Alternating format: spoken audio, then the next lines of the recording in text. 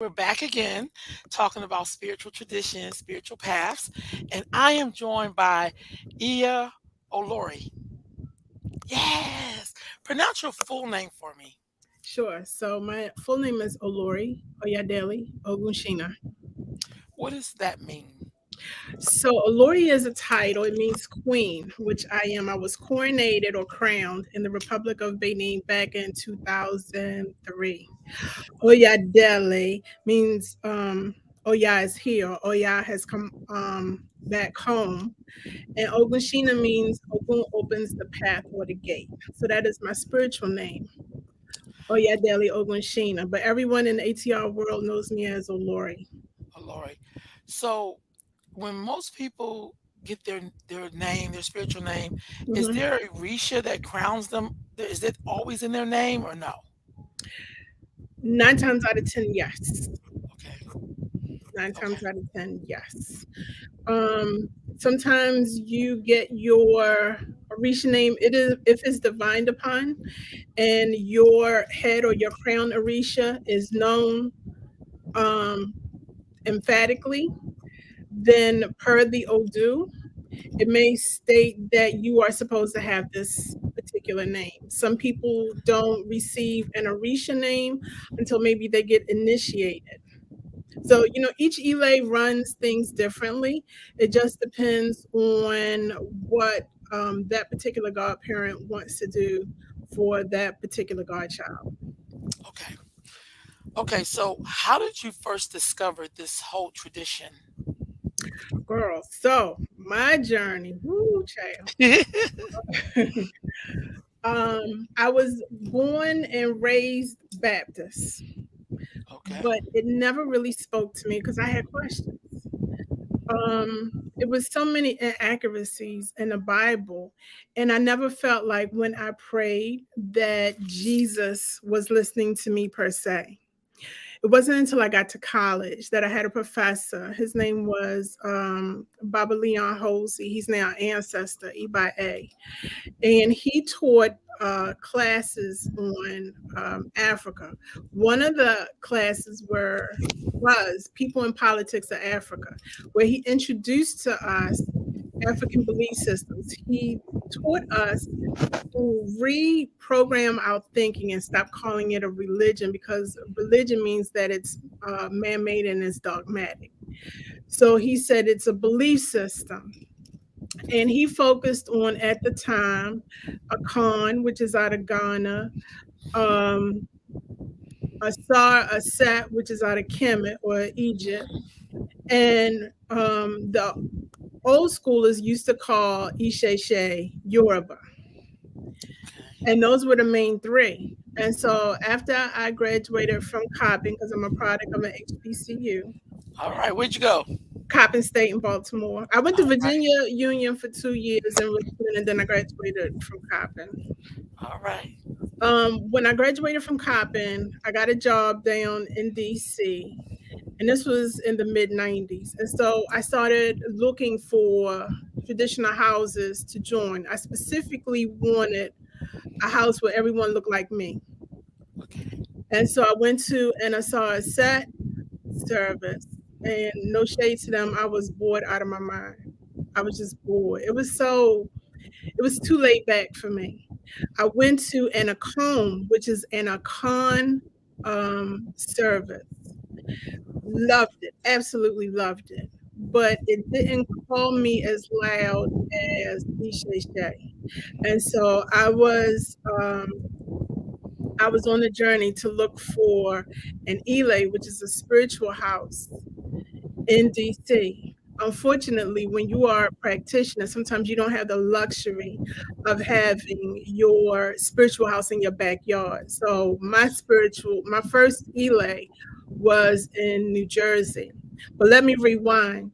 When I was in college, um, Baba Hosley decided to have an age grade society, which he said was comparable to Greek fraternities. He couldn't understand how Black folk wanted to be in a sorority or fraternity because, like Asa Hilliard said a long time ago, you suffer from double consciousness when you try to be a Black Greek. There's no such thing. but I digress. So I got chosen to be a part of um, his female age grade society. And part of our initiation process was to go down to Sheldon, South Carolina to Oyotunji African Village. And so he wanted to see how we would conduct ourselves in the African village if we could hang. And we went down there and I was hooked. You know, everyone there looked like us. People were speaking Yoruba and English.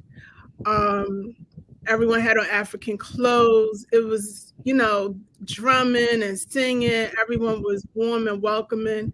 And I said, this is it. This is where I want to practice. And so fast forward to me moving to DC after college, I couldn't find um, a spiritual home that called to me. I found one in Jersey. After I left that particular house, I hooked up with an Oshun priestess in Maryland. Her name was Ia Oshun Bamake Aduke Ibae. And she became my godmother. And she was the epitome of Oshun, the epitome. And so, under her guidance and her tutelage, I was blessed to go back down to Oyotunji and get initiated into the Gungun Society. And then a year later, I was on a plane going to Dahomey, which everyone knows is Benin Republic, to get initiated to Oya. And then 9 months after that, I was back on the plane going back to get initiated to Shango. And so that has been my journey. I, after my godmother passed, I studied under a few priests, specifically Gromambo Angela Novayan Adayazo, who unfortunately recently passed, Iba. She was a high priestess in voodoo in Philadelphia, and she taught me a lot. And so dealing with her and meeting new people, I eventually met my current godfather, who is the former Araba to Ikiti State, Chief Bode Fashui. And I've been rocking with him ever since. Right on. And so So, that's my journey. so how many Orishas are you initiated to? So technically, I'm initiated to three: Oya, Shango, and Ifa. We don't consider the ancestors Orisha. Okay. So, but I am initiated to that Egbe or that society. Okay. So what's the difference between when you say egg bay or society? What does that mean? So back in the day, I'm talking about in the 70s and 80s and probably mid 90s, people used to call, they didn't use the term Egbe. They would say cult. And, you know, unfortunately, cult has a bad connotation. So it's probably been since maybe the 2000s that people stopped using the word cult and they use the term Egbe, meaning that society. When you are initiated to a particular orisha, if you go to a drumming or to a festival and they call for Egbe or Ya, then all of the Oya priests and priestesses would get up and dance, you know, show their reverence, etc. So that's the difference. Okay. Okay. So in your journey, have you come across like people who weren't really in good character? Girl, ah, Because I know don't, that's the basis for, it's all about that good character. don't get me started. Don't get me started. And what did you do? I mean, like when you come across someone who's not in good character, how do you deal with that? Wow. So me, as a back in the day, I had no filter at all, none. As I get old, I'm trying to mellow out. I'm trying to think before I speak. But what I find disheartening is when you have male priests that prey on females and they use fear, They use bullying, sexual harassment, um, to inflict their um, their bad ways on females. Countless stories I've heard about sisters who were violated sexually under the guise of Orisha. You Mm, have some babalawos out here, for instance, um, the story that was told to me from a babalawo said that there was a babalawo in New York who had, I don't know if it was a client or a godchild, but the sister had cancer and it didn't look, her situation looked bleak.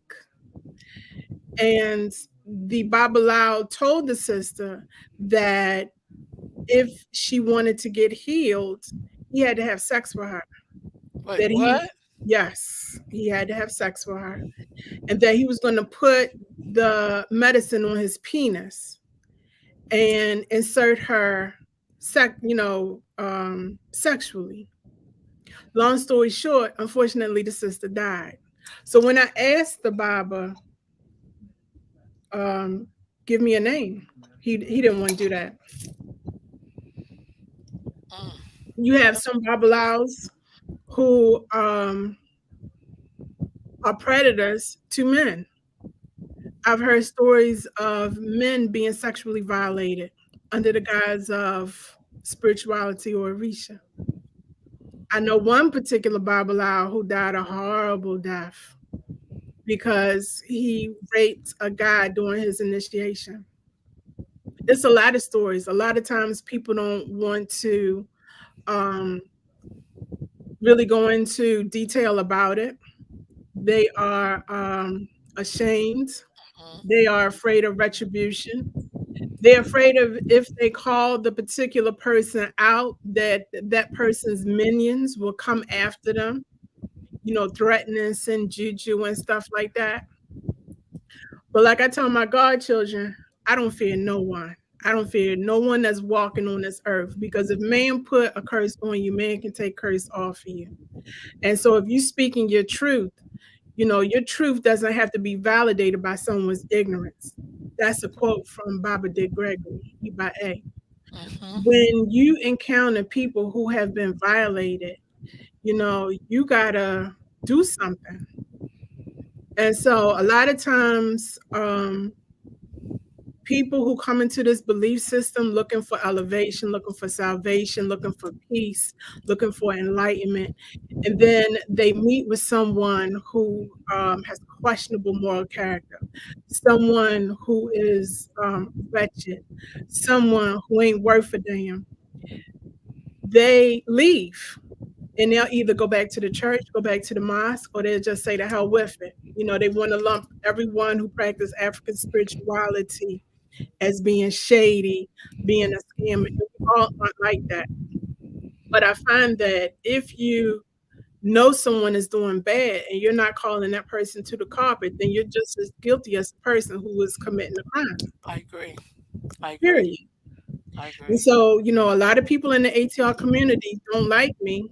I don't give a damn, because I will call you out. If I find out that you are shady and I have receipts to back up my claim, I have to call you out because I have to protect the unsuspecting.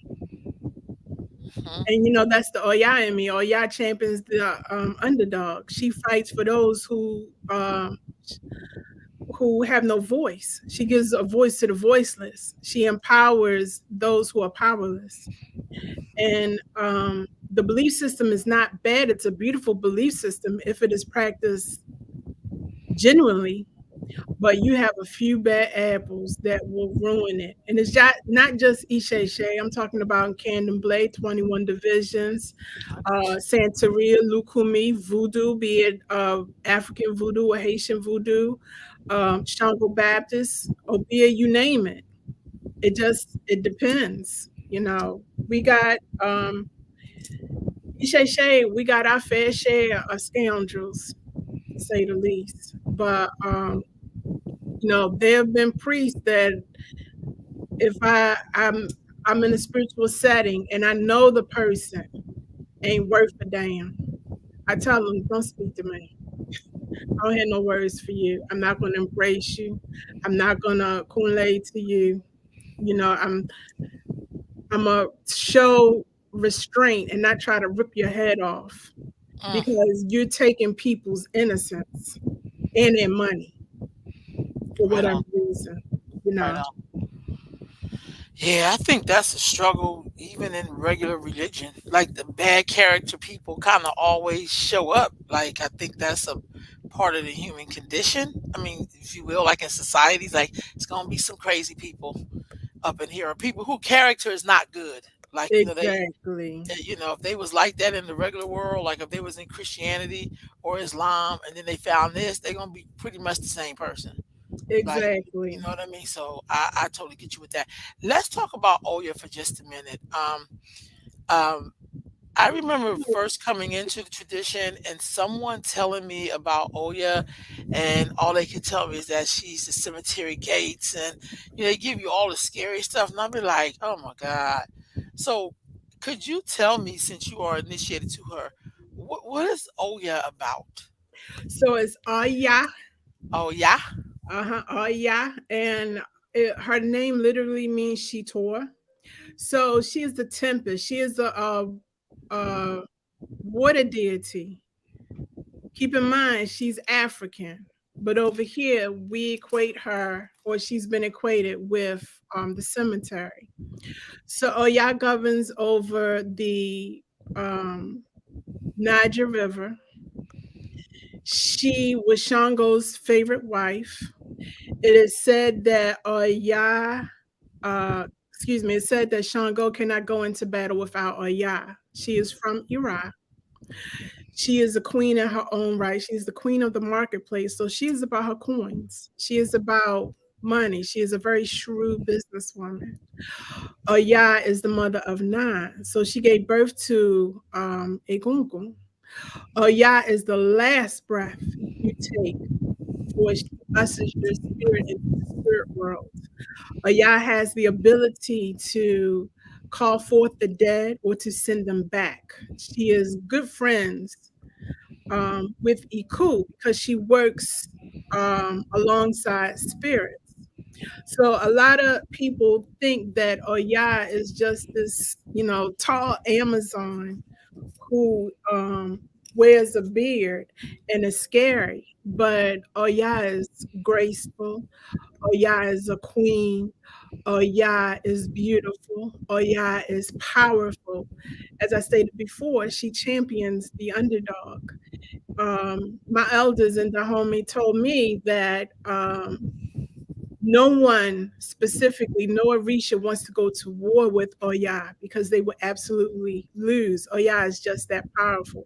She is the wind that you feel um, on any given day. She can come in the form of a hurricane or tornado.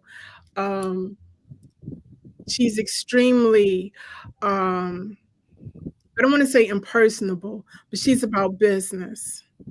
Hmm. You call upon Oya when you absolutely need to get something done because I always tell my godchildren, if you need something done correctly, get a Omo Oya, which means child of Oya to do it.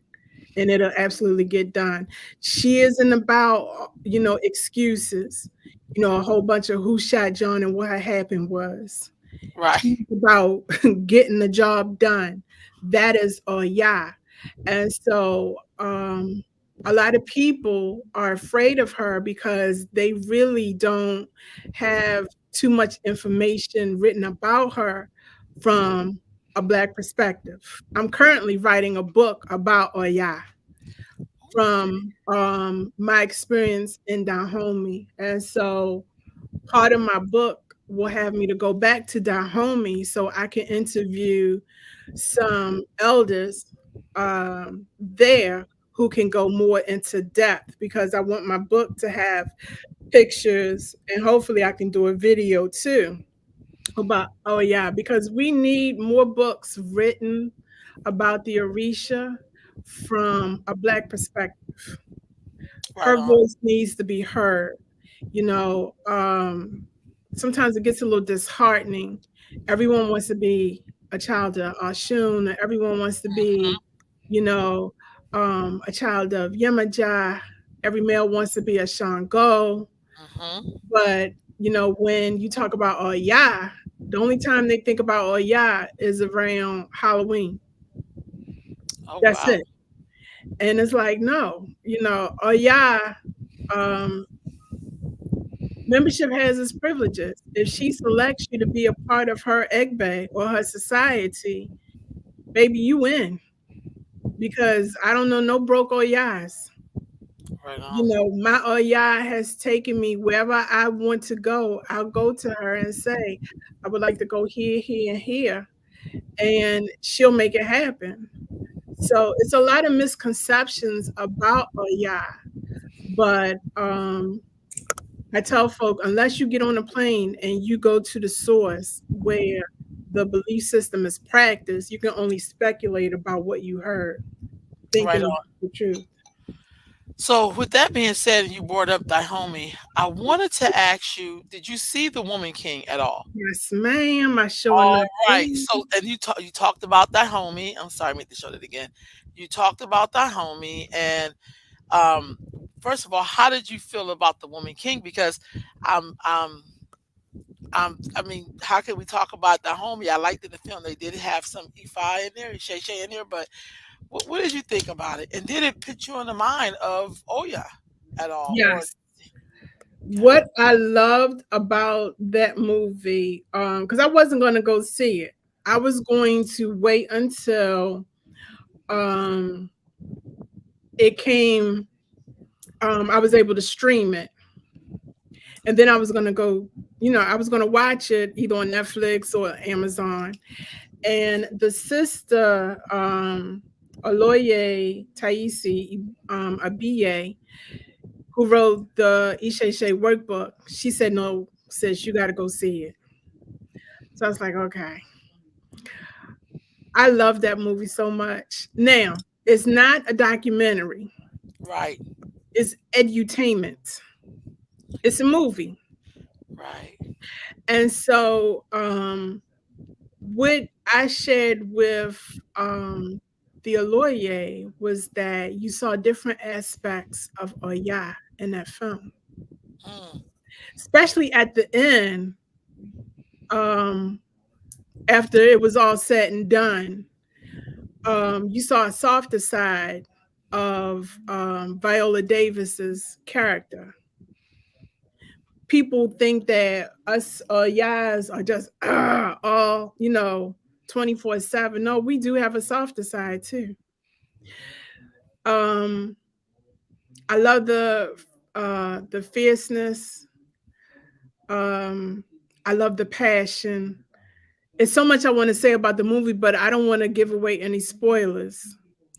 You know I what I mean, mean? I done seen it 4 times. I've been taking young girls to go see the movie. Like some were going tomorrow. You know what I mean? So I teach a lot of schools because Yeah, I just think it's so empowering. Like, how it's could you not feel very empowered? empowering.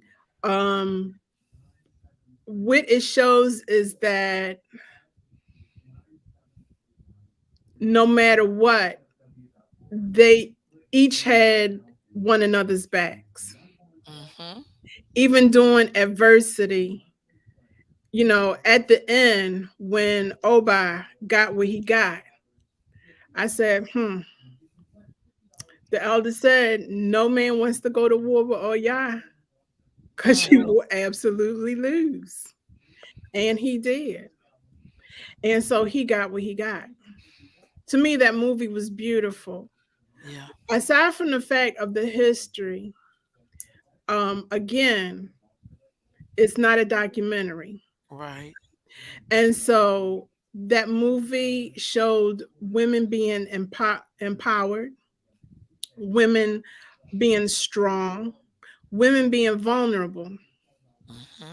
It showed women taking care of their business and how much we can endure under adversity. Hmm. You know, it just That movie is awesome.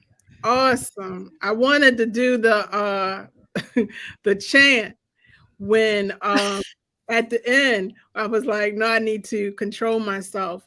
But if you had stayed while the credits rolled, I you seen that extra showed scene. yes. Yes. And she was pouring libation to the ancestors and honoring the ones who were no longer with them. I said, this is so damn powerful. Mm, So powerful. And as a Ianifa, I specifically enjoyed her pounding E King, marking Odu, and then interpreting what the Odu was saying so that Viola's character could get a better understanding of what lied ahead in the future. But I'm mhm. glad that Viola listened and did the Eba, which was Yes. important. In our tradition, what's the point of getting a reading if you're not going to do the Abba? Abba means the sacrifice. You don't necessarily have to sacrifice a chicken or a goat or a pigeon, but you have to give up something to get something. And some people, they don't want to do that. They want quick fix. But that movie, if it doesn't win an Oscar, I'm sure they're going to get a lot of accolades and awards from like TV One and whatever other black or so-called black um, show wants to give them because it was awesome and all of them, they earned their accolade. So the other beauty that I liked about the movie itself and the story they were telling, that's like the diaspora story. So it doesn't belong just to African Americans.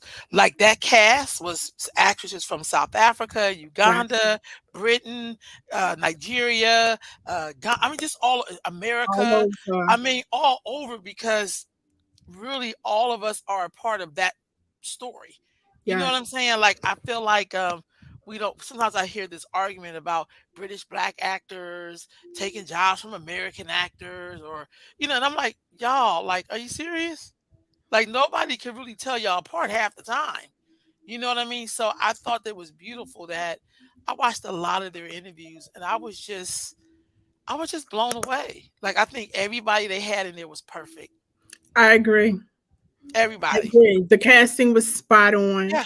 Yeah. It was visually stunning. I love the Yes. cinematography. I wanted the outfits. Me too. I want my house to have that bathhouse. Yes. I want I want to redo my shrine room so it looks like the way that shrine was shown outside. It was just, they put money into it and I Yeah. appreciate that. It didn't look like it was done on a Tubi Yeah. budget, if Yeah. I'm making sense. No, really. Well, it Yeah. took her 6 years to make that to get the green light. I mean, to really get the support they needed to do that film. And I think the beauty for another beauty for me is like this wasn't fantasy. No matter how they're telling the story, we knew that there was some women who lived like that in that time. Yes. And we never get to see how black women, because they also made a lot of sacrifices to be who they were. And I think sometimes we leave that out. We see a lot of glamour and glitz or whatever we think it is, but we never look at the sacrifices people are making to be whatever they're going Mhm. to be. You know what I'm Right. saying? We just think it's like, I want to be a star, but you have no idea the sacrifices people go through to be Yep. where you see them shining. You have no idea, Exactly. you know. How did you feel about the way they presented Isheshe in that? I loved it. I loved it because it wasn't they took the spookism out of Mhm. it and it was just very natural. And if you are a practitioner, if you are an E5 practitioner, you're like, girlfriend was spot on. Spot on. I really appreciate it because very rarely do we get to see anything like that and it's not done as a joke. It's not, something to be made fun of. Like, look at them people with them nuts and the Yeah, board, what are they doing? Because yeah, they never do that to Islam. no, They don't do it to Judaism. They right, don't do it to Christianity.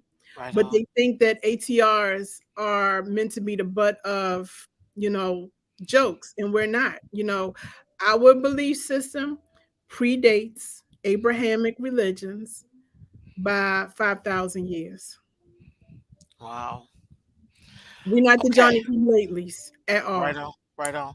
So when they were showing those particular scenes and you was in the theater, did you hear any comments? Because I heard a few comments each time I went. I'm like, some people just so ignorant. It was, you know what I'm saying? No, let me tell you, Okay. when I got there, I was like, damn, it was only four of us in the theater. Soon as they finished running like the pre what do you call it? The pre-shows. Previews. Yeah, Yeah, the previews. previews. It started to fill up. By the time they got to the first scene when the women were in the grass, Hmm. the theater was packed. Okay. Packed. And so you could hear a pin drop. There was applause where applause was warranted. There was laughter when laughter was warranted. And at the end, people clapped. Hmm. And see, I'm a nerd. I stay because I want to see, okay, who did the makeup, who did the costumes, who did Yeah. the catering, where was the film, who was this character. That I stayed and I saw her pouring libation. I was like, oh, as an Egungun priestess, that just touched my heart because we never see that. We never see us portrayed in a positive light on the big screen. Never. Mm, mm. Wow. You mentioned Shango, Mm. that you are initiated to Shango. Who is Shango? Shango is a deified ancestor. He was the fourth Alafine or king of Oyo, ancient Oyo. Some people say he was a third, but nevertheless, he was a real person. Shango is a manly man. Shango detests liars. Mm, Shango rules with the iron fist, but he too champions the underdog. He protects women and children. Shango has a close relationship with Obatala. Shango, during his time, he had three wives: Oba, Oshun, and Oya. Shango, his egg bay is worldwide. I don't care where you go in the world. If you say Shango, everyone, be they in Brazil, Trinidad, Cuba, Puerto Rico, DC, New York, South Africa, they know who Shango is. He's a very powerful deity. He, you know, when it's thundering and lightning, he's that boom that you hear, followed by the lightning. He is powerful, very powerful. And he is a deity that you don't want to cross and get on their bedside. right on. Okay. What about Ifa? You are initiated to Ifa. Hmm. So Ifa is the voice of Olodumare. Olodumare, in our tradition, is the creator. He is the supreme being. Ifa or Rumala is the witness of faith, the second to Olodumare. Hmm. In the pantheon, you would have Olodumare, and then Ifa, the Orisha, and then us. That's a loose translation Hmm. of the Okay. pantheon. Um, Ifa is he's the highest level that you can go when you are uh, getting initiated in our belief system. Meaning you don't have any priests to Olodumare. There's no such thing. You either are an Olorisha, meaning you're initiated to the Orisha, you are Awo, which is male initiate, male Ifa initiate, with 17 years or less of training, or you're a Babalao, which 17 or more years of training, or Ianifa. That's it. Um, I just had a brain fart. That's all right. Ifa is a way of life.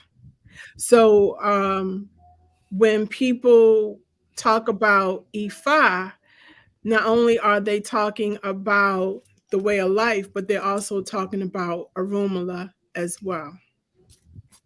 Okay. Okay. So let's look at. I know you said you are.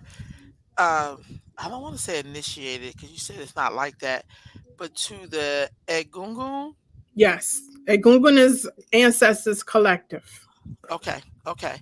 So what is that? So that would be spirits, ancestors. Okay. Um, your Egun would be your immediate or your blood, like your grandma, your great aunt, your uncle, those who are in your blood.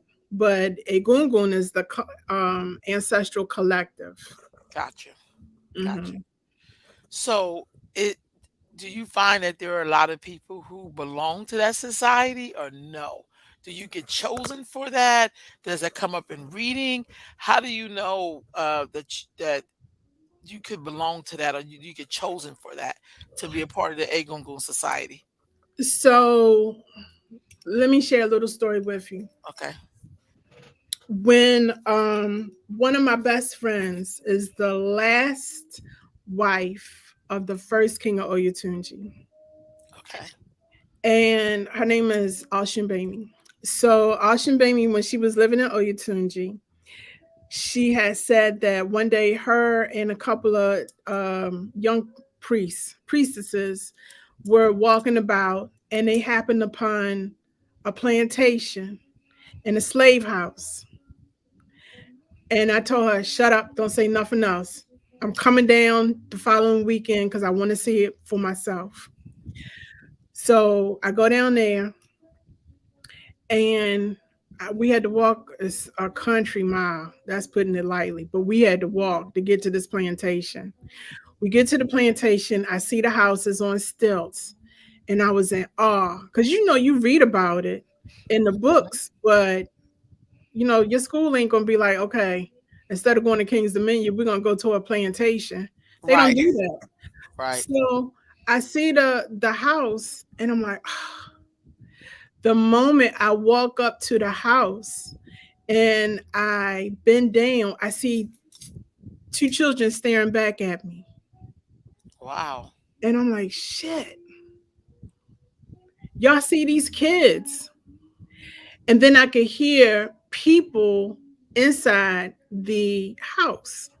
So the people at the plantation had nailed the door and the window shut because apparently Ashambami and the priest they were leaving offerings of food and candle and drink for the spirits that Right. resided in that resided in that house. And I could hear the spirit say, let us out, we need some air. And I didn't have anything to try to pry open a nail. So when I came back down the steps, I see this old man leaning up against the tree, and he was smoking a pipe. And I was like, bruh. He was like, I can't do nothing, I'm old. And it dawned on me that I'm seeing and hearing spirits.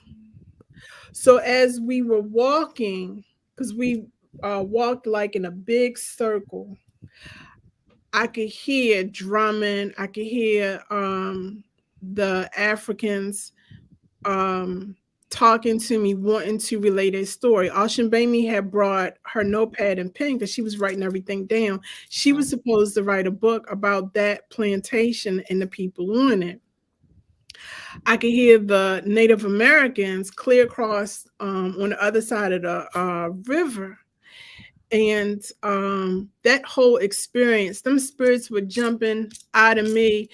It was, that scene in Ghost when Whoopi Goldberg was in her parlor Mhm. and the ghosts were jumping in and out of her. Uh-huh. Maybe that was me.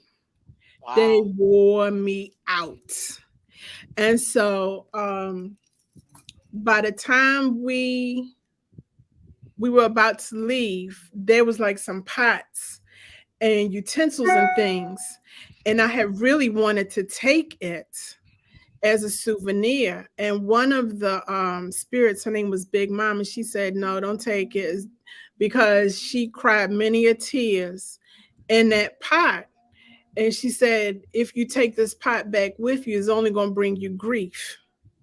And Mm. so we left. And by the time we made it back to Ocean Baby's her house, because she lived at Oyatunji, I was worn out. She was like, you got to take a spiritual bath. I couldn't do it. I could not do it. So she told Kabiesi, the Oba of Oyatunji, the first king, what had happened. And he did divination. And she came back and she said, "You, my dear, are a medium. You need to get initiated to the Egungun Society."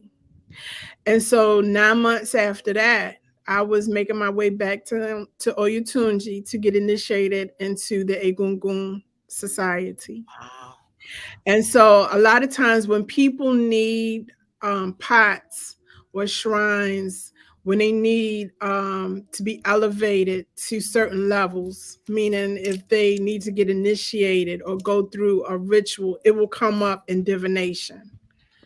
Gotcha. Um, I don't know if someone says, "I want to get initiated to a Gungun society," and someone will just initiate them, they should have divination perform, because it may not be that person's path for them to be an Egungun priest or priestess, if I'm making sense. It may not Yes. be in their destiny.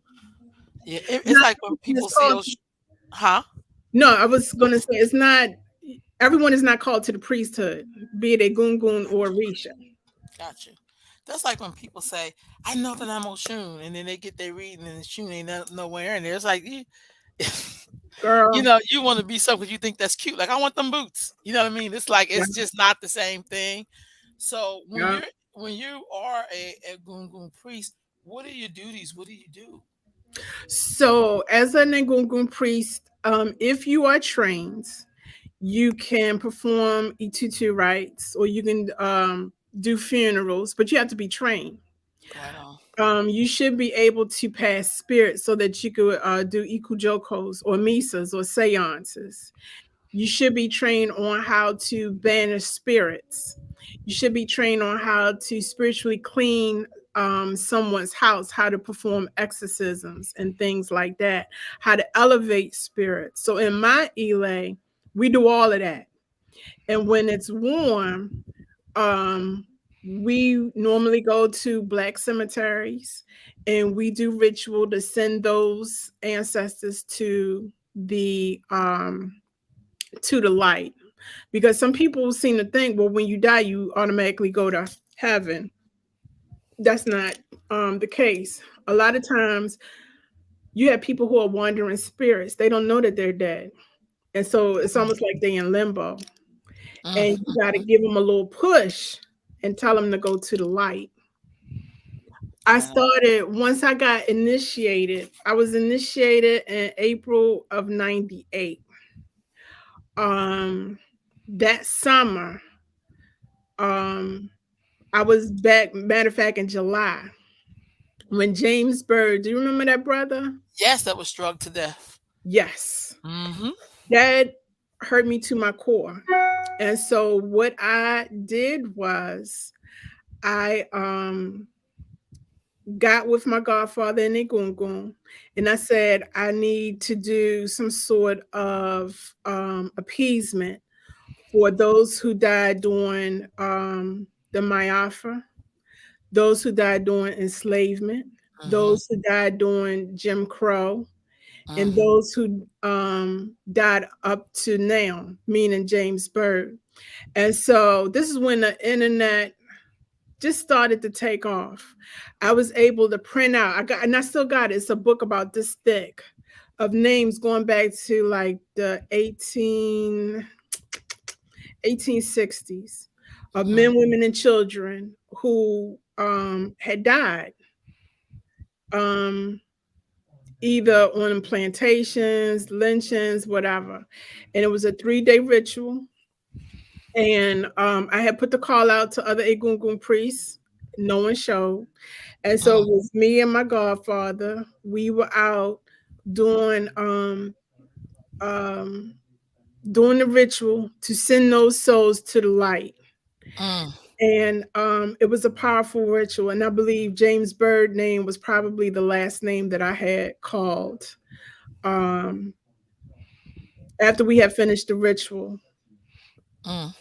And so Have you I've been doing that, ongoing. so how often do you do it? Are you In the summertime, we haven't had a chance this summer, unfortunately, because I've been so busy doing spiritual work damn near every weekend if I wasn't traveling. But last year, my godchildren will tell you, every Sunday we were in the cemetery uplifting spirits. So I do it as often because I've been tasked to go to black cemeteries first and send those souls to the light before I can go to other cemeteries or graveyards and worry about those African. And when I say African, I mean black folk. I get that.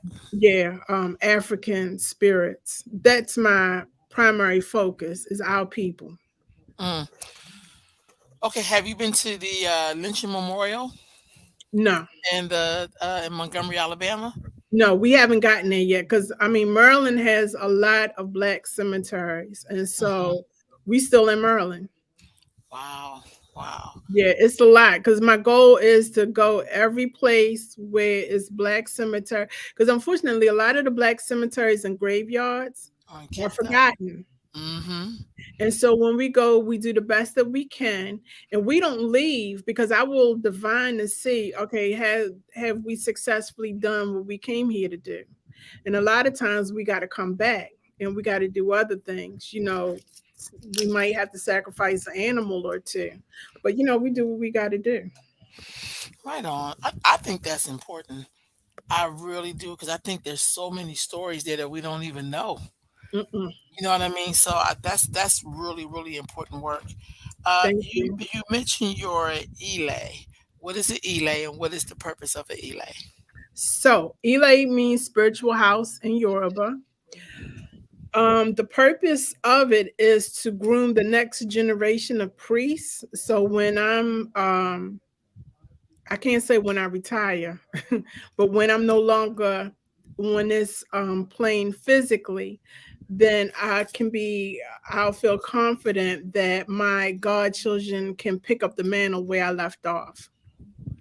So in my spiritual house, I am training them to be the best priest that they can be within their capability. So Mm, they'll tell you I'm old school, I'm tough, but I'm fair. I don't cut corners. I don't make up rituals as I go. Um, I ask a lot, but I give a lot. okay. All right. That's good. That's good. So when you're in an elay, are you supposed to stay in that elay forever? Or It's how up to the individuals. Some people come, get what they need, and they move on. You do have some who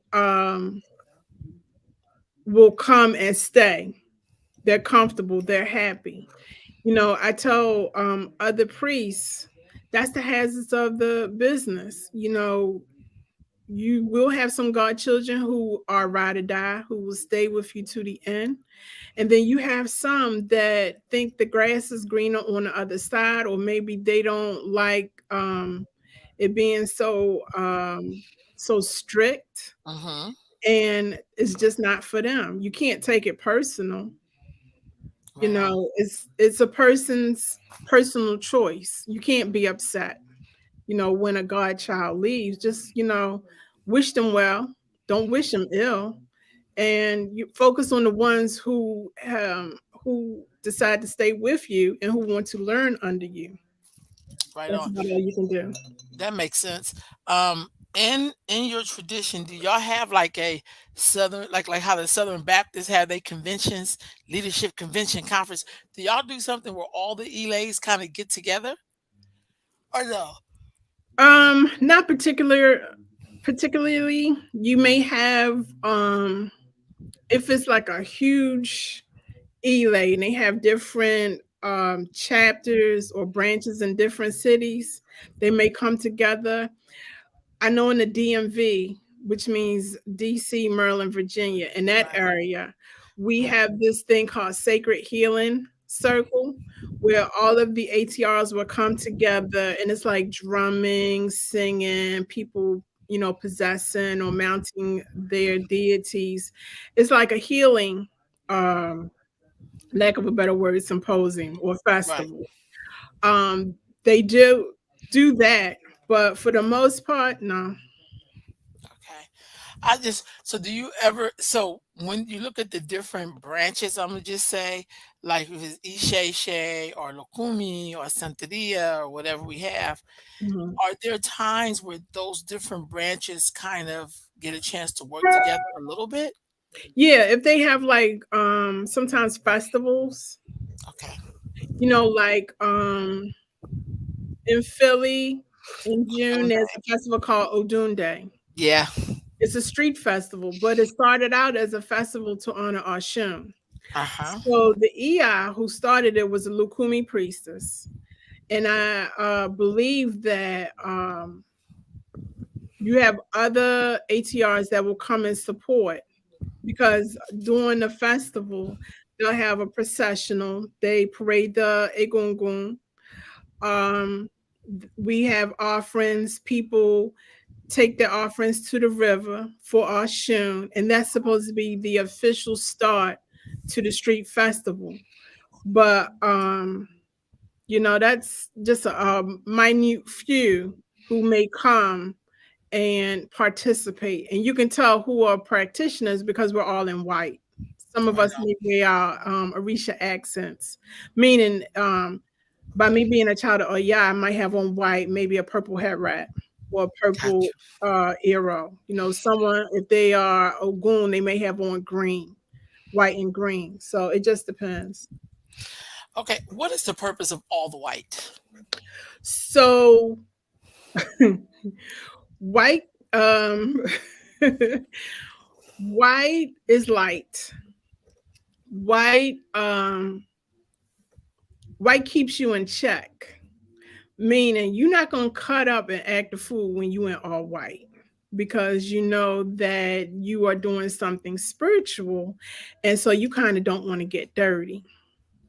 Sometimes it's unavoidable. You know, there's a thing you have your working whites, and then you have your festive whites. So when you see practitioners in all white, then you know that they um number one that they are ATR practitioner. Mm-hmm. Number two, they're probably going to a function, and it just shows respect for the Orisha. Sometimes you can wear other colors. Yes, you can wear other colors, but white it shows your humbleness and servitude to the Orisha. Right on. Right on. What do you call it when someone is just starting their journey? Is there a certain name for them? Yeah, so Alejos or Alejos are outsiders. Once they find a Elay and they join, but however the protocol is to join that particular Elay, then they become an Aberisha. If they go through the ranks and get initiated to the priesthood, to the Orisha, they become an Olorisha, or they become a Baba or Iya. If they are called to Ifa, then they become an Awo or a Babalao or an Iyanifa in our tradition. Okay. What are the differences between all of those different traditions? Are there like little idiosyncrasies or are there major differences? Yeah, there's major differences. I remember a long time ago when I went to a fete. A fete is a festival or drumming in Haitian voodoo. Mm-hmm. And one of the loa came down. They said that the land would dictate how the religion will be practiced. And so, for example, take candomblé. It said that outside of Nigeria, that Brazil has the second largest Population. population of Black folk. So Mm-hmm. those who practice candomblé, um, they do so, but they speak Portuguese. Mm, So those who know Yoruba may sprinkle their Yoruba in with their Portuguese, but those are some differences there. I forget up until what period they didn't have any, and I could be wrong. They didn't have any like Babalaos or Ianifas. It may be mm, up until maybe the 80s, I think, that folks started to go to Nigeria, get initiated. Nigerians started to migrate to Brazil and mm, initiated. So now you have um, Ifa priests in Brazil. But up until then, you had the EIs, which they call May, MAE. And I forget what they called the Babas, but they were mm, doing all of the work. In Cuba, they practice regla de ocha. And so they would synchronize their Orisha with Catholic saints. mm, So they would sprinkle their Yoruba with Spanish. And so that's how the wherever the African was dropped off during the Ma'afa.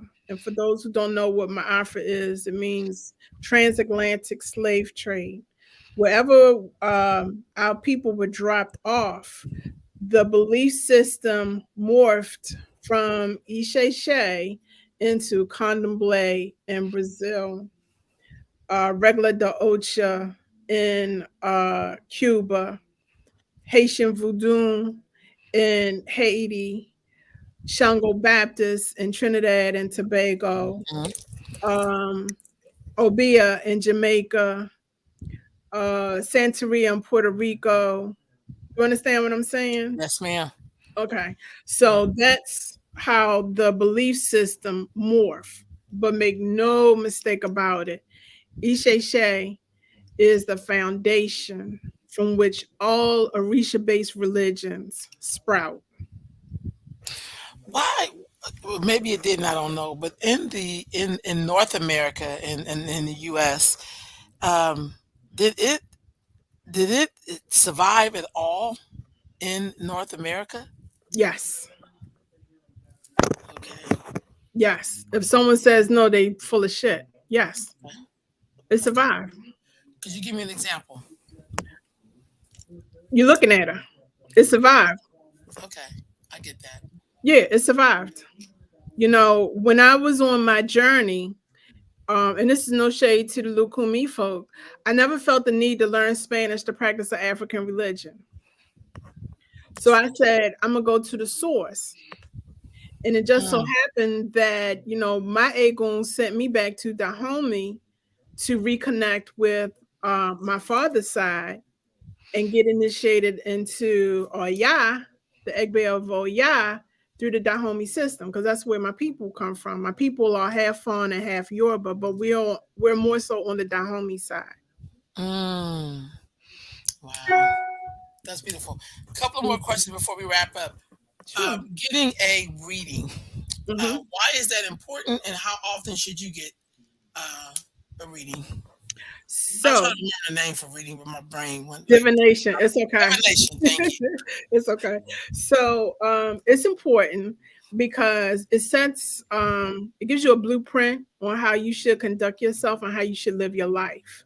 Now, if Mm-hmm. you out here living foul, I suggest you get a reading once a month or a divination once a month. Right on. But if you are, just trying to find your way, you just want to make sure you are fulfilling your destiny, I say once every 3 months is appropriate. Or unless there's something big or major that's about to come up, maybe you are going up for surgery, or you're trying to get a job, you're trying to move, any kind of big life decision, you kind of want to get a divination on, Mm, just so you can avoid any traps along the way. You want to be proactive and not reactive with gotcha. respect to getting a divination. Is most important. I tell my clients, please don't wait until shit hits the fan. Mm, You want to avoid that by getting a divination. That's step one. Step number two is doing a prescribed ebar. Again, ebar means sacrifice. It doesn't necessarily mean that the client has to go find a chicken and kill a chicken. That's not what I'm saying. Every divination will give you a remedy to your problem. Whether or not you decide to fulfill that or do that particular remedy is totally up to you, because we all have free will. right on. How can you tell if somebody's in good character on your journey? What things should you look out for or this be aware of? By the actions, because their audio matches their visual. Got you. Yeah. If you meet someone and they uh, live like a gypsy, always changing locations, phone number always changing, they ain't got a Mm, pot to piss in or a window to throw it out of. They ain't got no money. They can't keep a elay.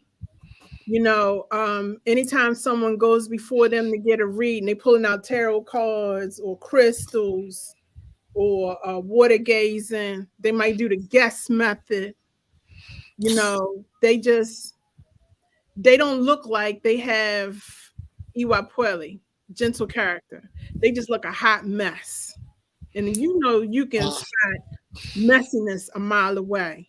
that's real That's tough. the person you want to, I tell folk, run fast, run in the opposite direction. Because your Ori, your spiritual third eye would be like, there's something not right about that particular person. And you need to recognize that red flag. And just don't think that it's gas. Oh God, yeah. Look, I so enjoyed talking with you. I think you gave us a lot of information. And I thank you so much for spending this time with me and just talking with me. So I'm gonna wrap this up. You have any parting words? But then don't hang up. But you have any parting words? No, I just hope that I've enlightened some of you all. And feel free to reach out to me on Instagram. My handle is Afri_Bohemian_snob at Instagram. Facebook, it's Olori Oyadeli Ogunshina. And my website is www.itsolori.com. Oh wow. And hopefully my book will be out by maybe the fall of next year. All right. Thank you so much for joining me. And y'all, I will see you Um, again. Peace, y'all.